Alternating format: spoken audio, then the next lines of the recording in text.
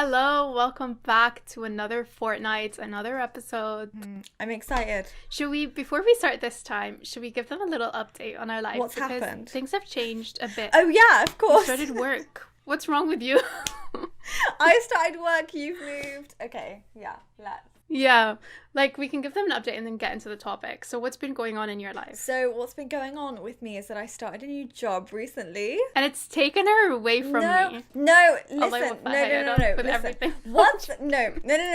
That doesn't make sense, by the way, because we both work the same hours. So the times that we used to speak would be a Friday and a Saturday on a video call. We'd speak every day by text, but we would speak on a Friday or a Saturday by video call weekly. صح ولا لا?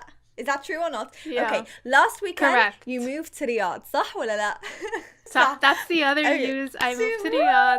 She moved. So last week when you moved, I wanted to give you time to settle in. So you were settling. You were busy anyways. You were traveling. And then the 2 weekends before that, you were in Jordan and you were in a room always with your dad. Yeah. But you're right. It feels like it's been a little too long video-wise. Like my heart's like reeling. We are soul sisters. That's what it is.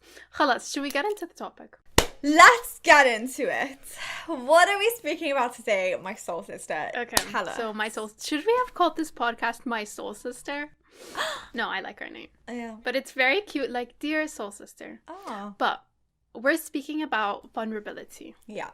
Like any episode, I just got the definition up because with these commonly used words, I feel like it just gets too confusing. And it's like, what are we really talking about here? So I'm just going to read off. Noor loves a good definition. I love a good definition just to clarify what we're talking about. But I'm just going to read off the definition on Google, which is vulnerability is a state of emotional exposure that comes with a certain degree of uncertainty. It involves a person's willingness to accept the emotional risk that comes from being open and willing to love and be loved. I like that. Damn. Yeah. I mean, that's a definition. There's no like or dislike in the matter. That's facts. It's what Aisha likes the word and what it means. I like the word and what it means, yeah. But it's not always an easy thing, right? It's not. And what things make you feel vulnerable? The thing is, I feel like I'm somebody who's actually quite comfortable with vulnerability. Being vulnerable. Yeah. Like I'm quite comfortable with it if it's because I feel like it comes from my knowledge that before I say whatever it is that I'm about to say that I feel is going to make me vulnerable, before I say it and after I say it, I have the same things and I am the same things. Like somebody else's opinion of me is not going to make me less strong or more strong or less of what I am or more of what I am or less whatever it may be. Like if the thing that I'm worried about being vulnerable about is them thinking that I'm not smart, for example, I'm not going to be more smart or less smart after I have that conversation with them. Do you know what I mean? Like I am what I am, and whatever they think that I think is going to make me vulnerable doesn't really have that much of an effect. Do you know what I mean? Like it's a perception only. I get what you mean. And you are someone who's very comfortable being in touch with their emotions, which is something very admirable about you, mashallah. But there's also a few other things that I want to say about this though, because I feel like it's not always there's so many aspects to it. But tell us, what do you think about vulnerability, and what are the things that you feel expose you? So many things. Oh my god. Okay, I think how I stand with vulnerability is I don't think I'm the most comfortable with being vulnerable at all. I think I can be truly vulnerable with like 2-3 people max in my life, not at the same time, as in like 2-3 people in my life I can think of is me imagining myself being my truest vulnerable self, and even then sometimes I'm held back. It's just something I can't help. Like growing up, I've been someone who never was expressive with my emotions at all. I'd be very much someone who would suppress their emotions. Like my family would even tell you, recently I was actually speaking to my dad and he was like, you've become very emotional. I'm like, I've always been emotional, I've just never showed it. But now that I've grown up, I think I feel a bit more comfortable to show that. And maybe it's actually due to living with you for like 4 years. I've maybe been influenced by basically your fearlessness to be emotional. And on that point, I was just watching a TED Talk by Brene Brown, and she was talking about the power of vulnerability. Brene Brown says, the reason you could avoid being vulnerable is shame and fear, which 1000% resonates with me. I think a lot of the times the reason I feel like I can't be vulnerable is shame and fear of maybe judgment, judgment of the things that mean the most to me. Like, for example, when we first uploaded our very first episode of Culture Mocktail, I felt extremely vulnerable. And I felt a bit sick to my stomach that this is in front of everyone and that I'm sharing it on my personal page, and like people from school that maybe I've never spoken to but we follow each other on Instagram could have access to that.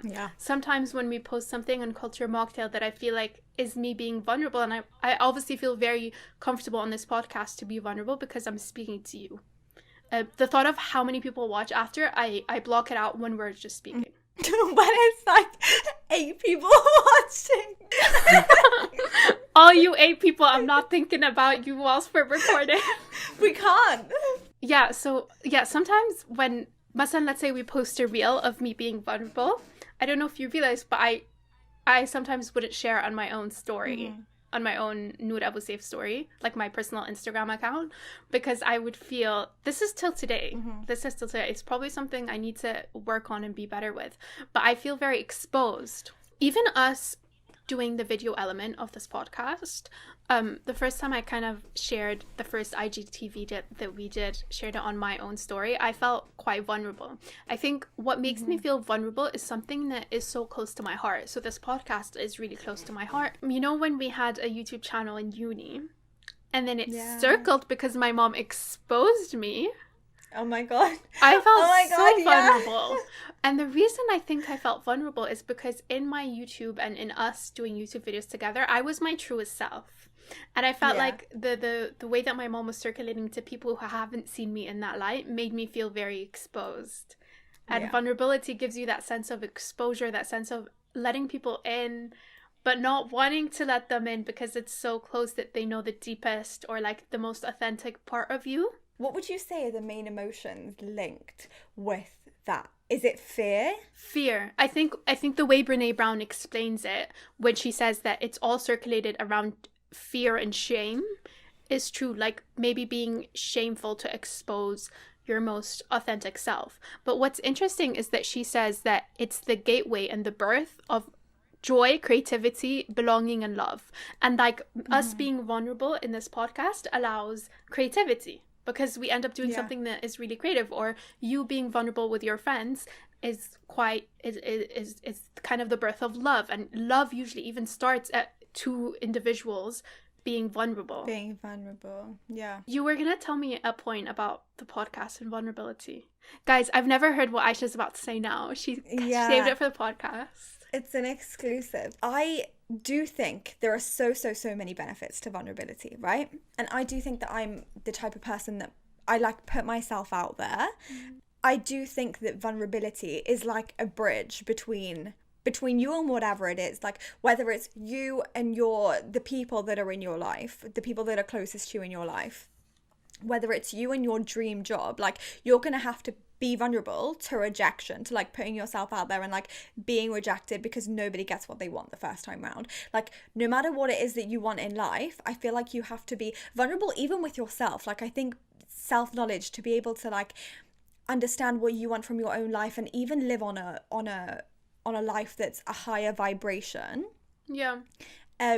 I think you have to be vulnerable with yourself and honest with yourself to be able to even get to that, to know all the maybe lower vibrations that you need to get rid of, or that you feel like they're not serving me, they don't need to be in my life, I need to have this mindset, and that's what's going to help me like enjoy the intricacies of life that are beautiful and are going to help me feel happier on my day-to-day, you know? I feel like you have to be vulnerable, and vulnerability is a bridge to you getting the things that you want in your life.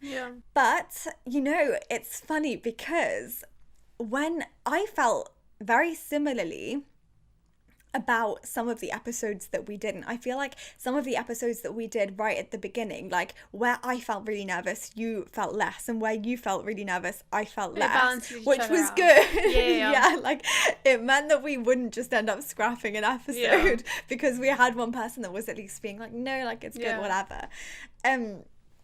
But I remember, so in my master's this year, it was very, for everyone that doesn't know this, it was very white, very not diverse at all, even though the uni itself was so diverse. I would say, like, I don't feel like I really connected that much with the people there, just because I guess they connected better with each other. That's fine, that's a natural thing that happens in life. But I noticed that see if they would ask about the podcast, when I would explain it and I would say, oh, it's about being like a cultural misfit, whatever, which I really felt in my course because of that lack of diversity. And it's interesting because as I had said that to a few people, I felt like more of a cultural misfit almost, and I felt more vulnerable to it because, in a sense, because of their response also to it and their energy to that, it almost made me feel like I'm telling them I don't belong. Does that make sense? Yeah. And it almost made me feel like I'm telling them like, oh, I'm like a misfit in this space. That I've noticed that sometimes now when somebody has asked me, oh, what's your podcast about? I've used the opening line that it's about like unpacking cultural identity for people that can't be defined by one culture, as opposed to being like, oh, it's for people who are like misfits. Do you know what I mean? Do you think the word misfit gave it a negative connotation? It made me feel like I was setting myself up for people that already saw me as a misfit, probably, to like highlight that and emphasize that even more. Do you know what I mean? Yeah. I think that's so interesting because on the counter, me being in Egypt for the past almost year, when someone who wasn't a misfit, let's say fully Egyptian, like I am fully Egyptian, but I have the misfit experience from the places that I've lived in, the cultures I've interacted with, I would feel the same way. And even though you would feel really? Yeah, I told you before when... Wait, you would say about the word cultural misfit? Not specifically cultural misfit, but when I tried to describe what the podcast was about, I would feel... Oh, okay. I told you this before. Yeah. I thought you meant about the specific word. Not the word. Misfit. They didn't even understand what the word meant. But if I'm explaining to someone who's fully Egyptian, they're like, oh, what is this cultural mocktail thing that you're doing? I try and explain it. I would feel also that sense of fear of vulnerability as well. Maybe it's not exactly what you're describing in that sense, but it's still that like group that completely doesn't relate to the experience, and I'm trying to explain the experience to them, and it just feels unwelcomed. On the other hand, if I'm explaining to a misfit themselves the experience, I feel a lot more open. It's still vulnerable because it's something that is very much in me, but it's a lot easier to be vulnerable, and it's a lot easier because vulnerability to me is, and the ability to be vulnerable really depends on the reaction, to be honest, that I'm expecting. If I feel like I'm safe and like I've not that I feel unsafe with certain people, but you know, like your heart feels safe, then I can be vulnerable a lot more easy. But I feel like that's for most people. I think that whole idea of feeling vulnerable when it comes to the audience, like whoever the receiver of that comment or conversation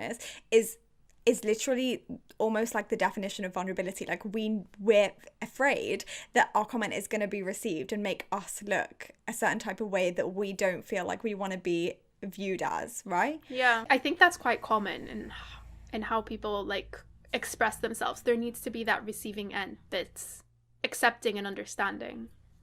But you know, it made me think on that note that, say, even reclaiming, like realizing your confidence, because I think if last year made me realize anything, I think it was a lesson that I had to learn for myself, because last time I was put in this situation, I probably didn't deal with it that well when I felt like I was the only one in the environment, right?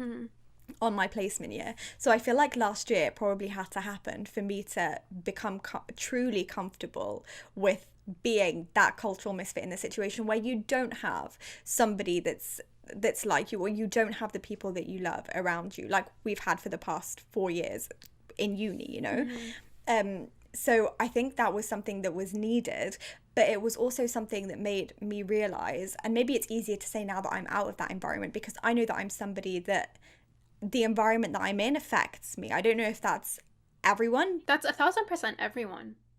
I mean, nature is scientifically shown to make you feel good. They always say you are the 5 people you're closest to. So environment is everything, I think. Or it's a big part of how people feel. Even they say in marriages, it's the husband and the wife's job to keep each other feeling good and safe and secure, because one might go on a complete downward spiral of lack of confidence and lack of whatever. It's actually, this is a famous couple, by the way. The husband said it. I don't know if it's like Angelina Jolie and whoever she was with, but it was one of these kind of big actors. They had said, it was the husband actually that said it. He was like, I noticed that when I treat my wife badly, the person that she is, it like withers in front of them. Like she's less confident, she's less this, which I guess goes to show like your environment and your reaction to it is going to change. It has the power to even change your personality in a sense of the way that you are in that moment. I mean, I think it doesn't truly change your personality, but it highlights the best parts of you. Yeah, and it can bring out the worst. Yeah. Like even when we live together, honestly, I think the way that you are complements my personality and brings out the best parts of me in the best way. So like me, like I've always loved speaking to a camera. I've loved like speaking into a microphone, but very privately, you know? And then we said, hello, YouTube. Yeah, we said, hello, YouTube. Hello, uni recording studio for like uni radio or whatever. But, no, wait, can we just tell them the story? On one of the first times that we hung out, we went to Nord's and we did a whole photo shoot. I was like, this is my kind of girl. We are gonna be friends. Literally. This camera that I still have till today, my friends in school bought it for me right before I got into uni. Oh my god, Nord, this was your friend's present to you? Yeah, I never knew this. This Canon camera that I'm recording on right now. Hi, YouTube people. This specific camera. This is the camera that my friends gave me on my 18th birthday. That's so sweet. Yeah, they spoke to my mom, and I think my mom paid like a portion of it, and then my friends like gathered and they paid the rest of it. And to me, I'm like, this is, I mean, till now I use this camera and it's been going strong, mashallah. But because the friends that got me the camera knew that I was really into like speaking to myself, loved recording videos, stuff like that. And I felt like I was able to be vulnerable with them in that sense, to like let them in to know kind of the sort of things I like doing. But if someone else saw that, it would be like, oh my god. But yeah, so when I first went to uni, I made a promise to myself that I would try not to be vulnerable. That wasn't the narrative in my mind, but in hindsight it was, that I wanted to really kind of express my truest self without this shame and fear. So when I met you guys and the girl group that we met in first year, I was like, khalas, I love taking photo shoots. Misbah and I would always, so Misbah, my friend from school, would always have little photo shoots. I really enjoy that. Like, khalas, let's have a photo shoot. Like, and I showed you guys my YouTube, I think, like 3 months in, and I was like, exposed. I remember the story about this where you're like, do I, don't I? Yeah, what's up? And then I saw Aisha, I've told this before in the podcast, I saw that you would share your YouTube videos free on Facebook. Hey guys, watch my recent YouTube video. Like, you would just write it on your status and post it on your Facebook so openly. I'd be like, she really doesn't care. She genuinely doesn't care what people think. There have been, like, YouTube videos or whatever, or covers, or even pictures sometimes, where I'm like, oh my god, like I don't initially like the way that I look in that, or I don't like whatever, or I've noticed that thing about myself that I really don't like, but I'll like make myself post it, because it's like okay, you have to make a choice to not care, even though the seed of thought in you which wants to care and that does care, you have, like, it's almost that rationalization where you're like, it's completely insignificant and it doesn't matter, post it. Do you know what I mean? Yeah. It's an acknowledgement of people are going to see this, but let them see it, and so what? Do you know what I mean? Exactly. I'm not going to live my life based on the fear of what people are going to think. And I think that's what Yeah. allows me to overcome this like fear of being vulnerable. Like even when recently like a few people from work followed us on our podcast account, I pretended like I didn't see it. It made me gulp initially. I was like, oh, swallow, gulp. And then I was like, khalas, whatever. Like I'm doing what I like. They probably don't care that much. Me trying to think, what are they thinking? Blah blah blah. Like professional at work, kaza, whatever. Like I'm not doing anything wrong. We're just being ourselves. That's really what it is, right? Yeah. And you know, as cliche as this sounds, like honestly, Noor, we could literally, Allah yahmiki wa yahmina ya Rab, we could literally die tomorrow. Like Literally. tragedies happen to people. People lose their limbs young. People go blind. Allah yahmiki wa yahmina ya Rab. Young. Like people turn deaf. Like so many there's so many possibilities even aside from death that can happen to a person, that it's like, oh my god, like how tragic, actually tragic would it be if something like this happened and all the life where you had the access to all of these beautiful senses and beautiful ways to like do things that you enjoy, you stopped yourself. Exactly. Like, that's disabling. You're disabling yourself. yeah, And literally. don't they say that they did this like psychology experiment where they asked people on their deathbeds what are their biggest regrets, and it was, I mean, this is a cliche again, but it's the things that they didn't do rather than the things that they did. So I think that's important for us to remember, even if it's not that much fear built around it for you. But in general, what are your vulnerabilities? What things make you feel that sense of that you're opening up? Is it singing? Is it your work? To be honest, it's not singing, because I truly believe that I'm a good singer. So you don't feel vulnerable. It doesn't. What if it's a I don't song feel that vulnerable. you wrote? To be honest, singing, some people might think that like it's literally, it's the most cocky like No, if you think you're a good singer, I mean, you are a good think, singer, but like I actually really believe in myself when it comes to singing, because I feel like it's been the one constant thing that I've been good at since I was young, and the one thing that I've done all my life. So I feel like that's why when it comes to performing and things like that, I'm like, somebody could tell me that I'm so bad and I don't care, because I don't believe them. Do you know what I mean? Like they're not gonna shake my view. I think someone can feel vulnerable when they sing and still truly believe in themselves. I think if they're singing about something so close to their heart, then they feel vulnerable. It doesn't mean, I think for me, like me asking you to feel vulnerable when you sing, I know 100% how you view yourself with singing, but I think it's more that, like, for example, I can make a piece of artwork and I love it, but I still feel vulnerable because it says something so deeply about me. My vulnerability is poured into it. Fear doesn't have to be the thing surrounding vulnerability, but it could be love, it could be joy. Yeah. But it's deep-rooted emotions. I think for me, for example, songwriting. Yeah, I was gonna like say. putting your It's your words, thoughts and your feelings and whatever, out there. I feel like that's something that would make me like. I have so many songs that I've written that like are just for me, or that do you know what I mean? Like, because that's my thing, or that's what I like to do. Have you ever cried when singing? Yeah, I have. What song? I have. Any song. So that means you do feel vulnerable. Your emotions are pouring out. It doesn't have to be fear tied around it. Yeah, I guess, yeah, you're right. It was a vulnerable thing, even with me and myself, but I didn't see it as a negative thing. I saw it actually as a healing thing, as a way for you to feel your emotions. And I think vulnerability is healing. Oh my God, we're linking all the dots together. Yeah. That's the thing about vulnerability, is that it's the birth of, that's what Brene Brown says, it's the birth of joy, creativity. But it didn't feel hard. I don't think it has to feel hard. I think initially I think vulnerability can be a hard thing, but then it turns into a beautiful thing. And maybe you're at the stage where it's such a beautiful thing that you're crying, but it's not hard. Yeah.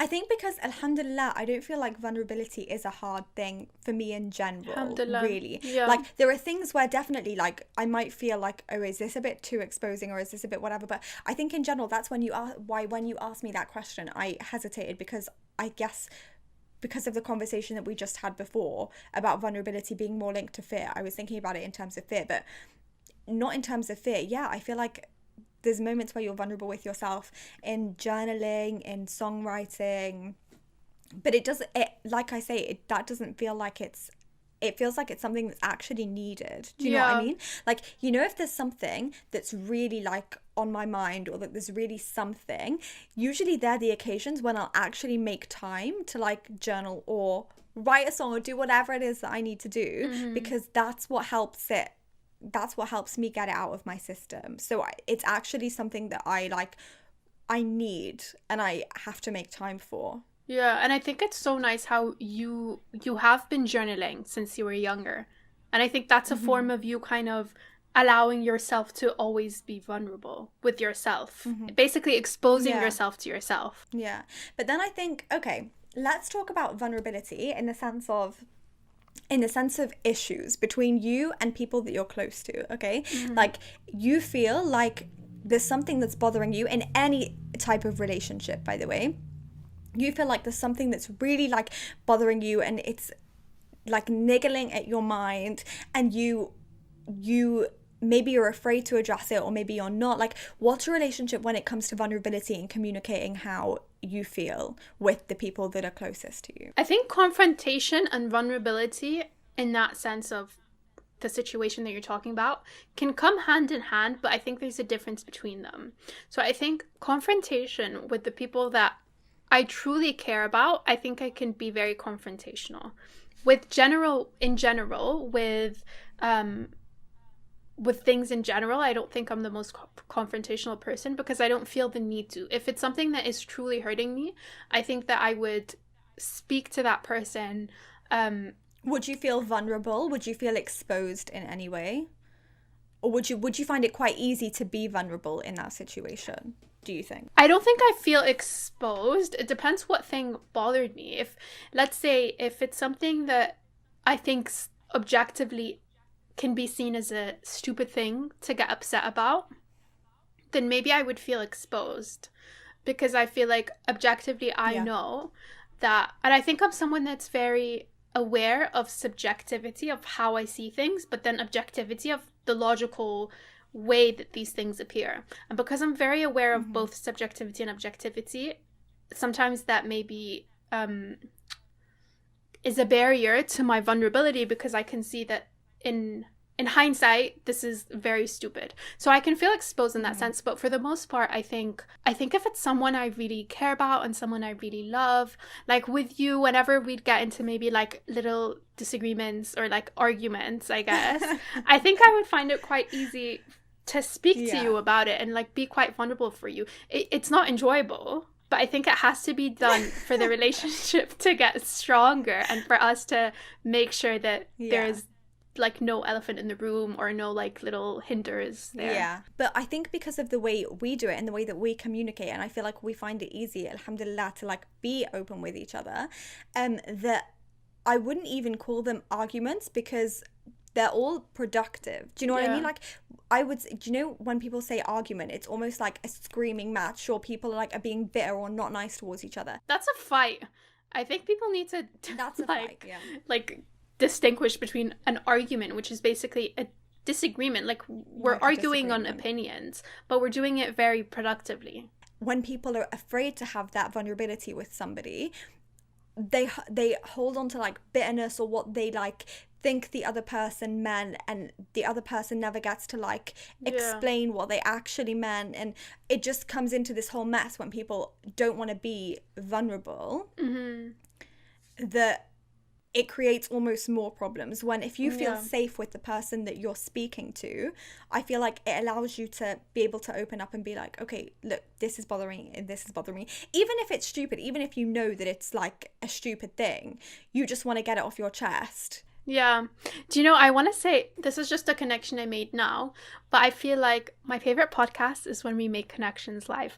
But I feel like vulnerability is in arguments in that sense, or disagreements in that situation, I think vulnerability is the opposite of ego. 1,000%. You know, like I have that literally in my notes. Yeah. Wallahi, I literally have ego and pride written in my notes. Yeah, because I know a lot of people, when they get into arguments, they don't want to apologize because their ego, the ego's too big to be like, it takes a lot of vulnerability sometimes, you know. Very stupid example, but when I was younger, let's say I upset my mom and I have to go say sorry to her, my ego. I would stay outside of her room for like 10 minutes practicing my script. Yeah.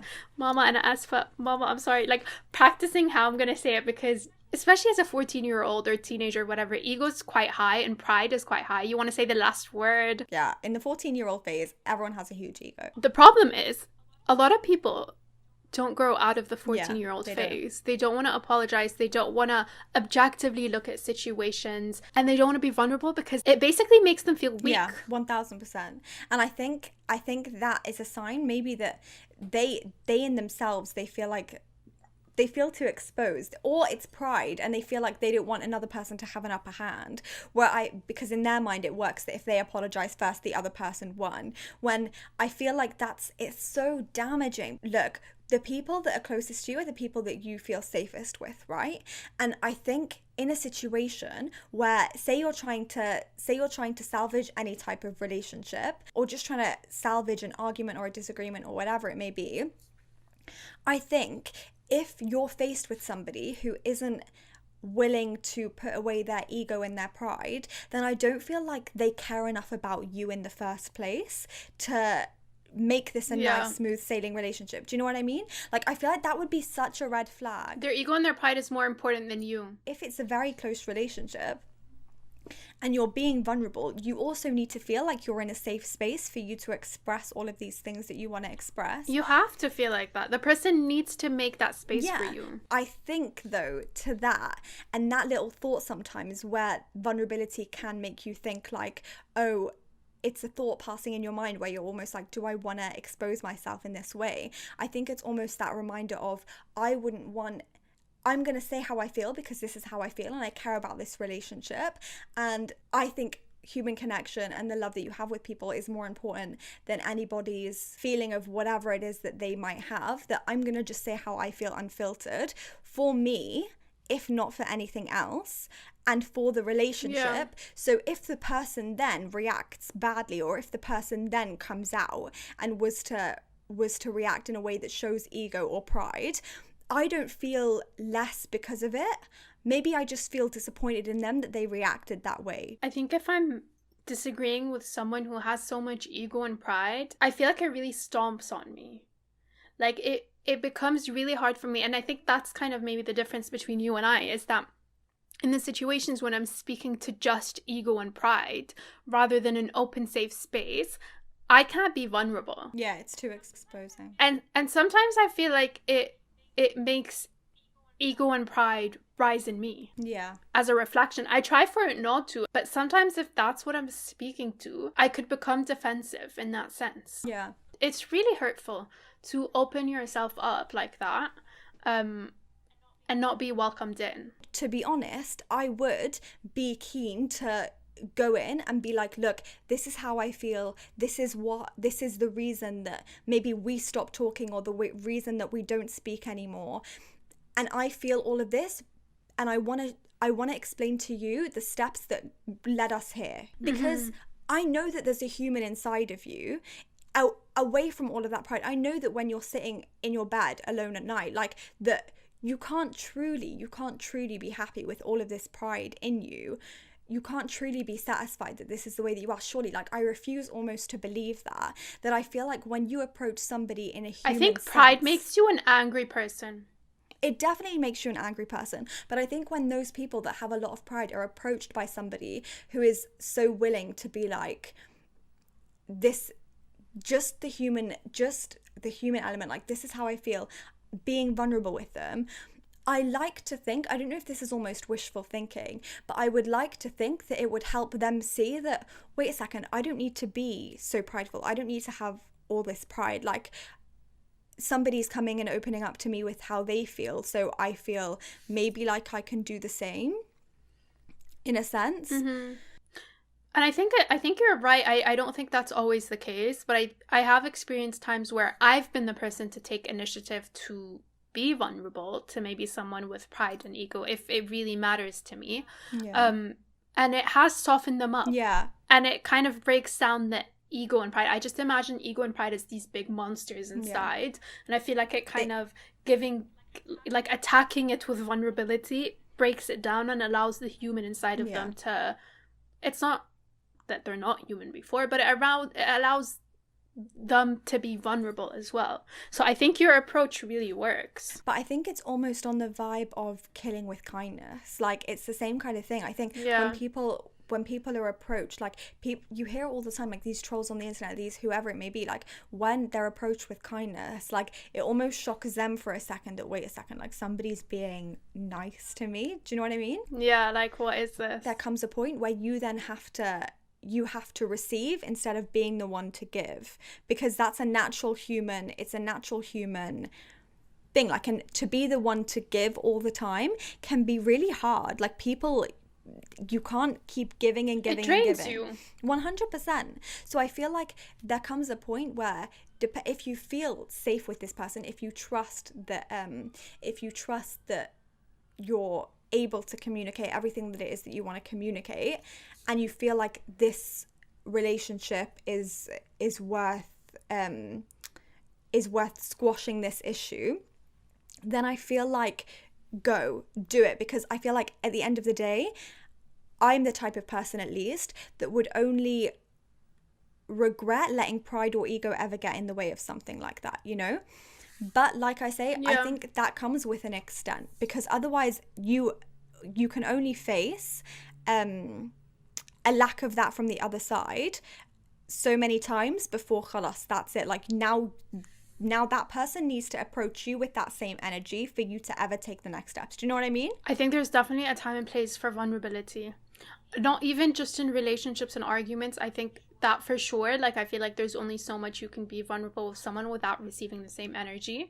But I also think even being vulnerable with مثلا talking about my passions, I feel like there is a time and place for that. Like, it's the same concept of being received with a safe space. Mm-hmm. I feel like if I'm not received with that safe space, then I can't be vulnerable. Mm-hmm.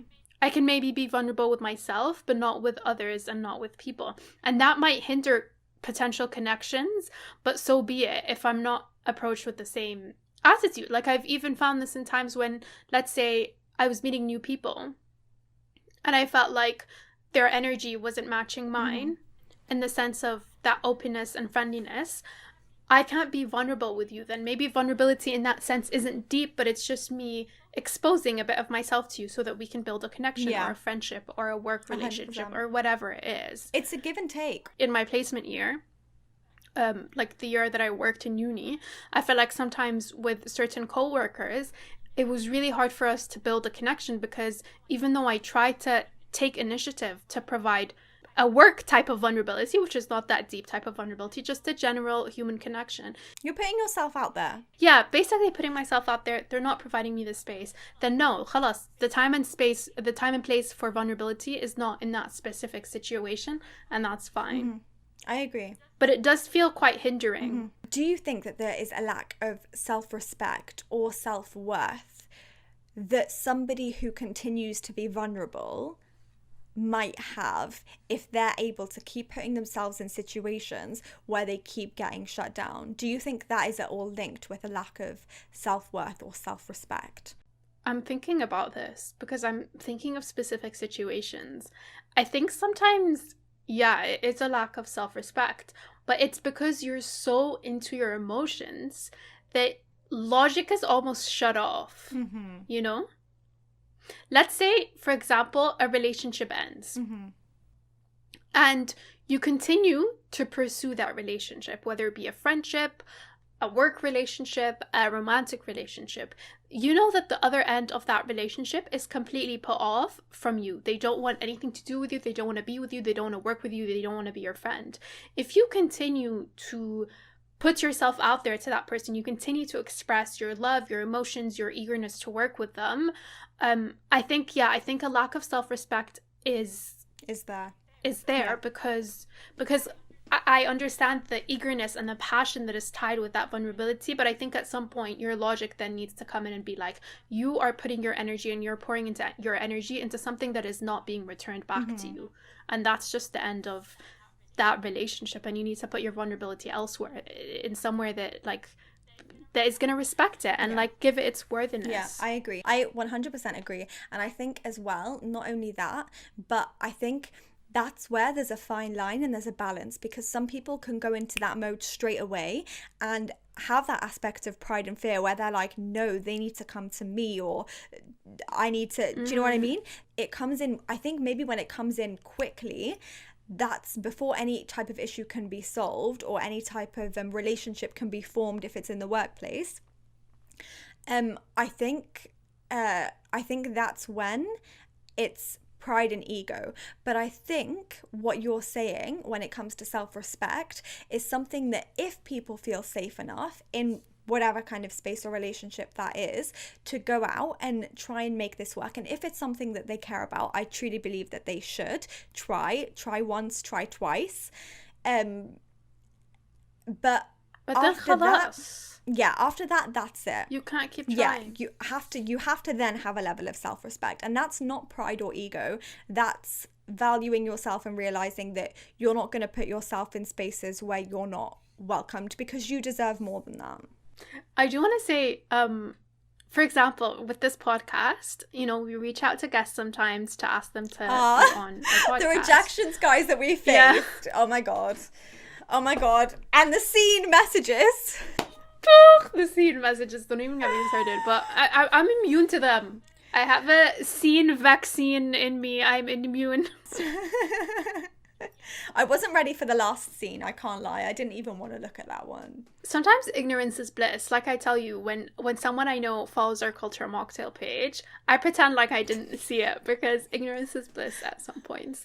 But I think with those situations, like putting yourself out there, even like sometimes reaching out to someone to work with them or write a piece for them or whatever your creative field is or your field is, I think that takes a level of vulnerability, right?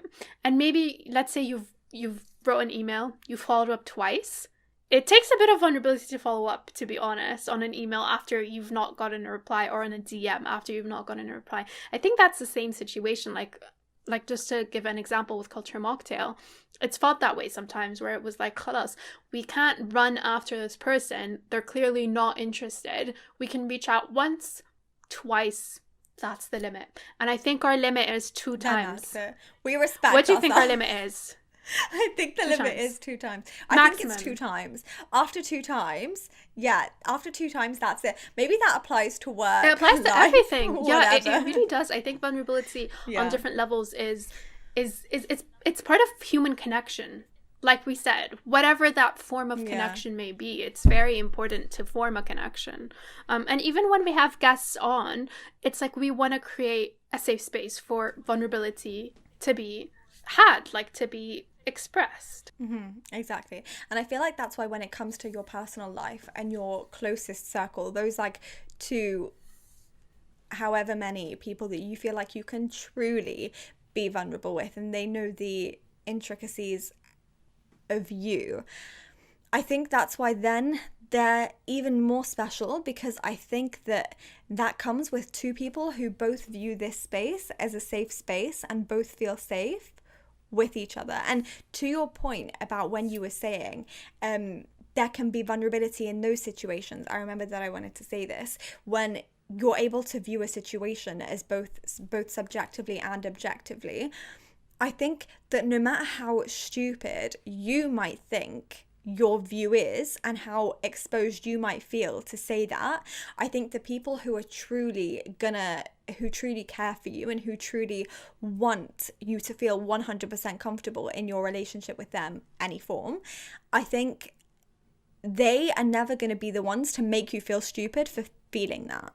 You know, like I think people, because we all know, like, we're human, like we feel things that maybe we feel like maybe they're less rational or maybe they're less whatever, but we feel them, and if we don't express them, then we're only going to bottle it up and it's only going to be worse. Do you know what I mean?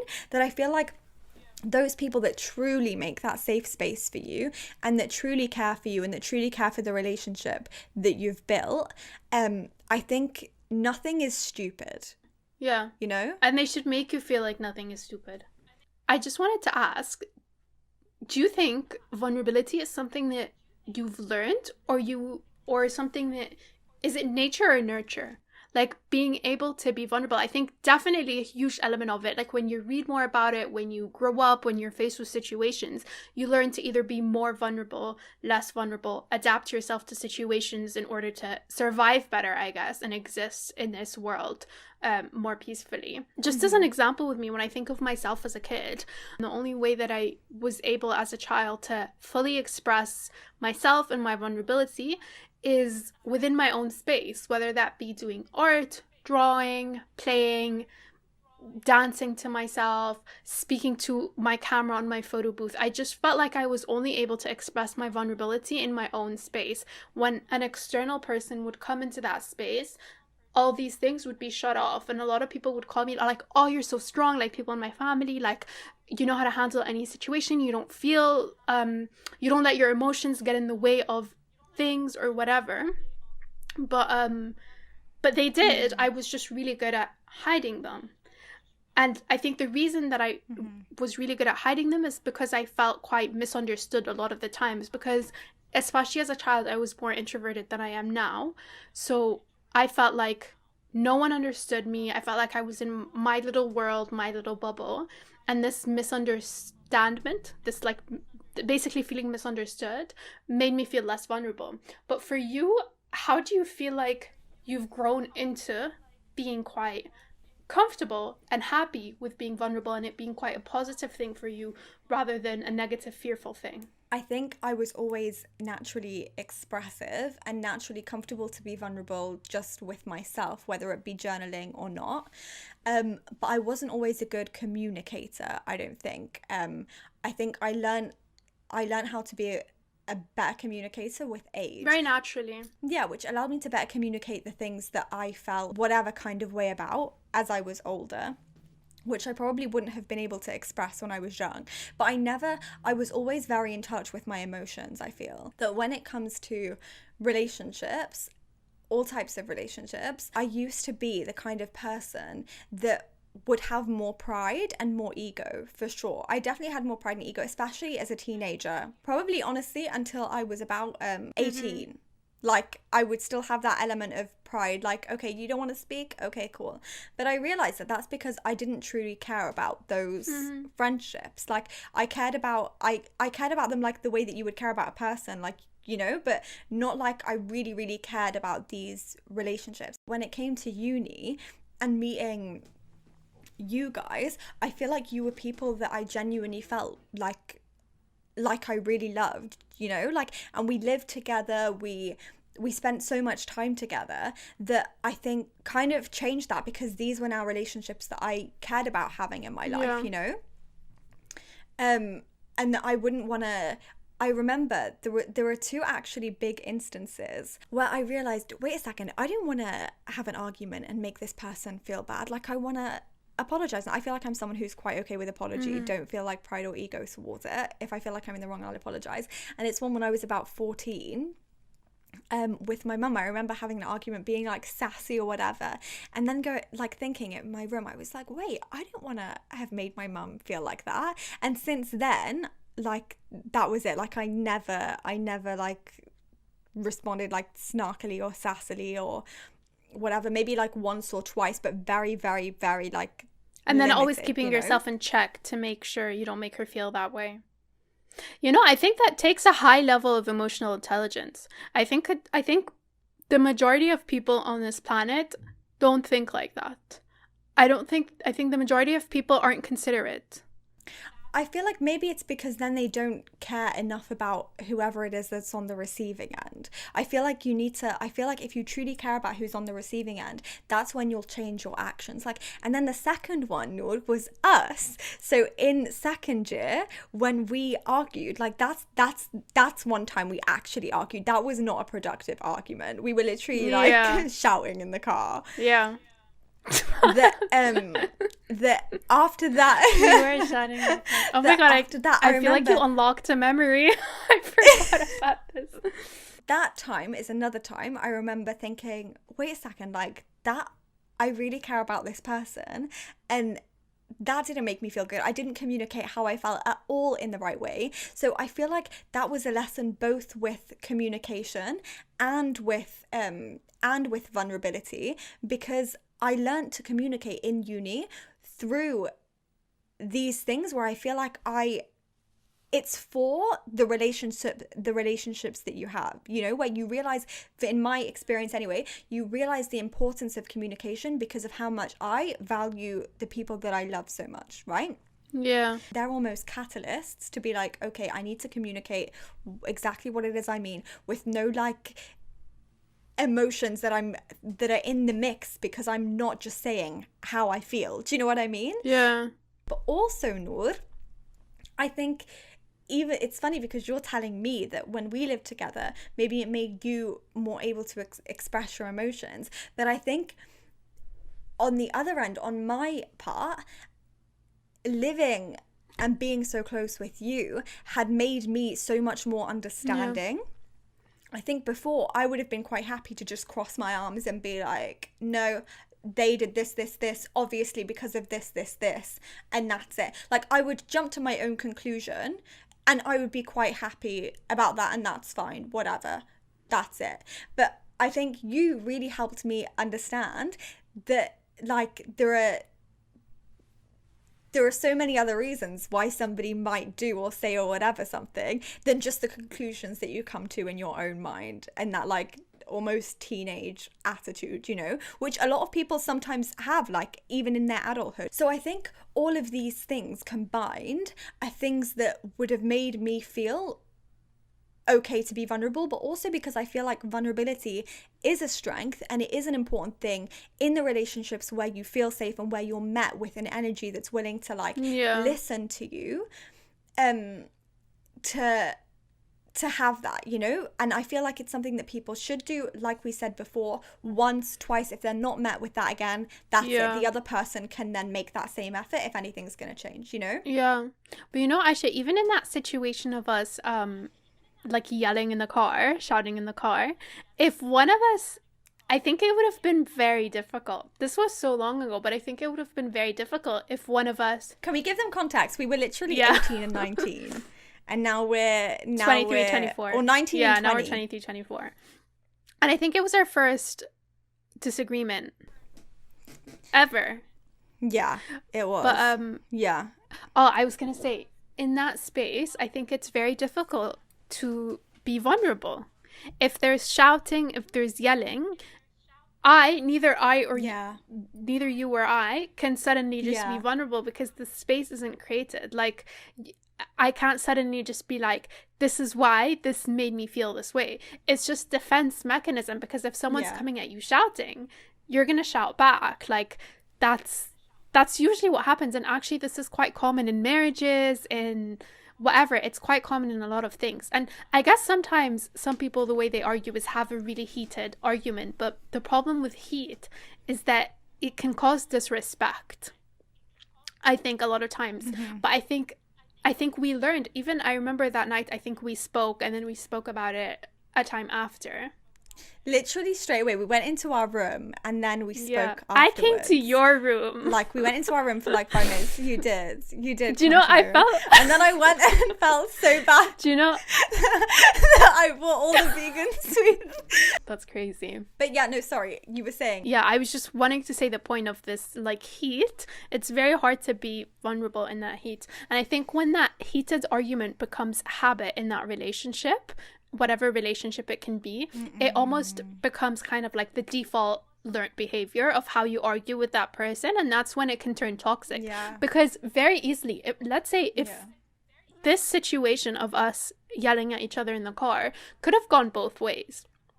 This could have been the way that we always disagreed. It easily could have, you know, even if we're good people at heart, even if we're understanding people at heart, it could have created a very toxic environment down the line.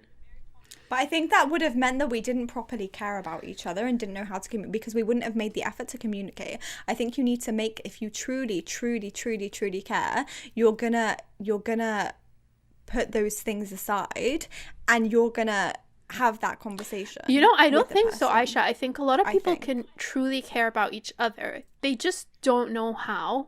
to communicate. I think people can care about each other. I think they can care about each other, but do you think they care enough if they're not making the effort to learn how to better communicate with this person? I don't think that's enough. I think maybe they don't know how to make the effort. They feel very in a space of defense mechanism of like, that person is just assuming the worst of me. Because it's like you're met with that, so you kind of bounce that energy back. Yeah. And I think that's really like the start of toxic relationships. بصراحة. Life lessons with Noor and Aisha. That's why that vulnerability is a bridge.